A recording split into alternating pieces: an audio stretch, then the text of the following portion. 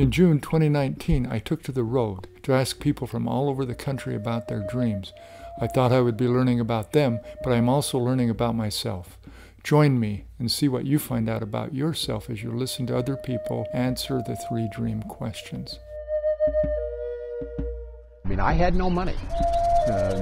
I went to college, and the only support that I got from my dad was my mother died when I was young, and each of us 2 children that were at home got a $90 Social Security check apiece. From your mother's death? Yes. And that was my sole, and he also paid for my car insurance, but a lot of that was out of the 90, because he kept the $90 a month. And then I worked all the way through college for my daily needs, and got college loans for my tuition, and that's the way I went. Because Dad had no means whatsoever to put me through college. The primary income earner in my family was my mother.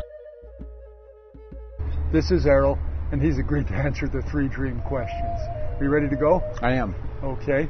The first question is about your hopes and dreams and your visions, maybe for it can be for yours, for Omaha's, for the country's future or situation. Like if you had a magic wand and could go around and change things, what are your visions? What are your hopes?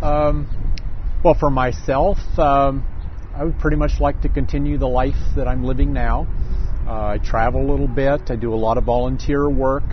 I'm associated with several different groups that I get a lot of enjoyment from. As far as the country, my immediate dream and hope is to get rid of Trump, and failing in that, to at least retain a lot of power in Congress so that we can stymie a lot of his worst instincts.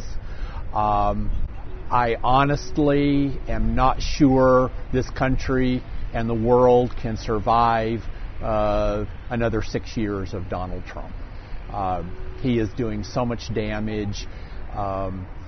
He either doesn't believe in climate change or believes it's appealing to his base to say that he doesn't believe in climate change, which I believe is a crisis in this world.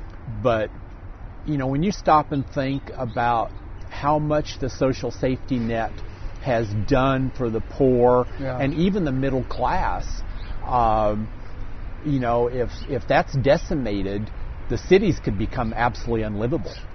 Gotham's. You would have areas of the ultra wealthy that would probably become compounds.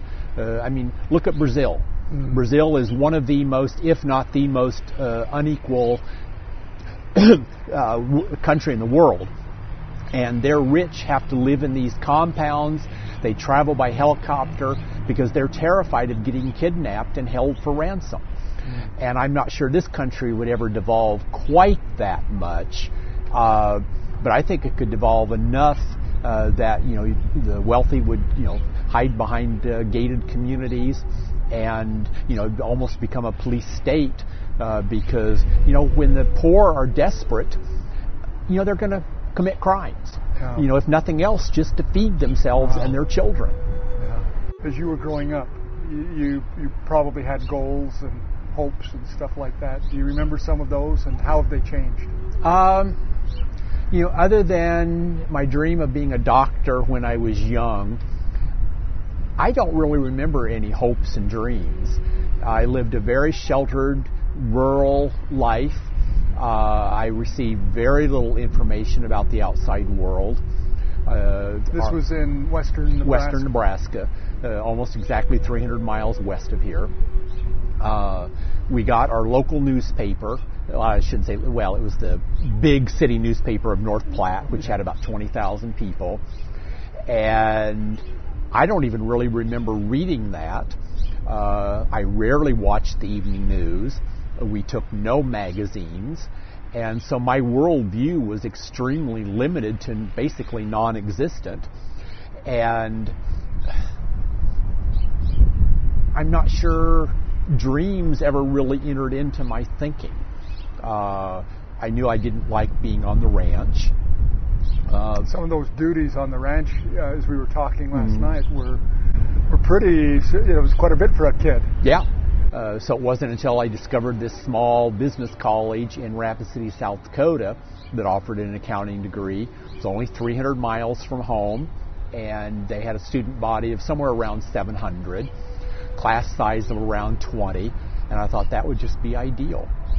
And so I applied and got in, and that's where I went to college, where I graduated, and it set me on stage for my career for life. So if you could go back now and talk to your 12, 13-year-old self, and you could say, Errol, this is what's coming up, or Errol, you've been doing this, try doing this instead. What advice would you give to yourself? And I would tell him that there's nothing to be afraid of. That basically you can do anything you set your mind to. As I said, I went to college in Rapid City, South Dakota, and about 9 months after college, I moved to Washington, D.C. area, a metro area of 3.5 million.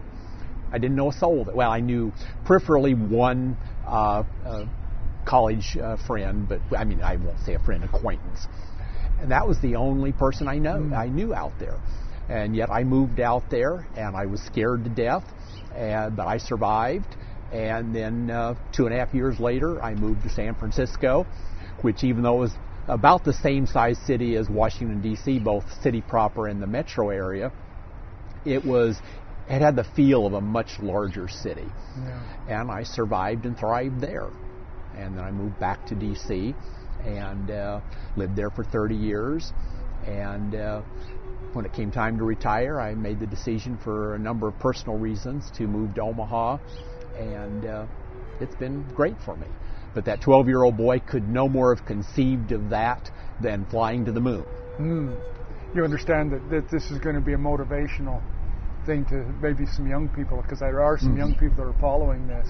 If you were going to talk to a group of teenagers and you're going to give them a little bit of advice, does anything come to mind that you might say? To have a dream, and to realize that if you do have a dream, that do things to actually attain that dream, and that for the most part, anybody's dreams can be attained. As long as it's not world conquest. Yeah. But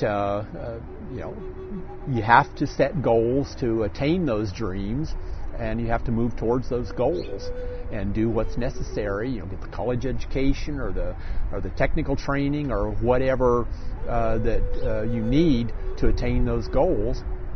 And if you're poor, like I was, figure out how to afford it.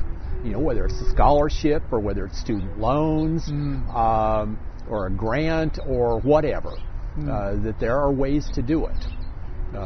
Is there anything else that's come to mind that you'd like to add? Or well, I met you through Couchsurfing. Yeah. And I learned about Couchsurfing in an Omaha World Herald article back in 2012, less than a year after I moved here. And it intrigued me so much that I started doing research on it and decided to become a Couchsurf host. And I've subsequently hosted well over 100 people. And out of all of those, there's only one that I would not host again. But I would highly encourage anybody who has the capability, the home, whatever, to look into being a Couchsurf host, because it has been extremely rewarding for me. I've met, people from I don't know how many different states, but at least 20 or 30 states, at least 10 or 15 foreign countries. Most of my couch surfers, they would be perfectly happy sleeping on a sofa. Yeah. It's called Couchsurfing. Yeah. Yeah. Well, thank you. Thank you very much. Thank you for hosting me. It's been my pleasure. As well as for the interview. Yeah, very definitely. Pleasure.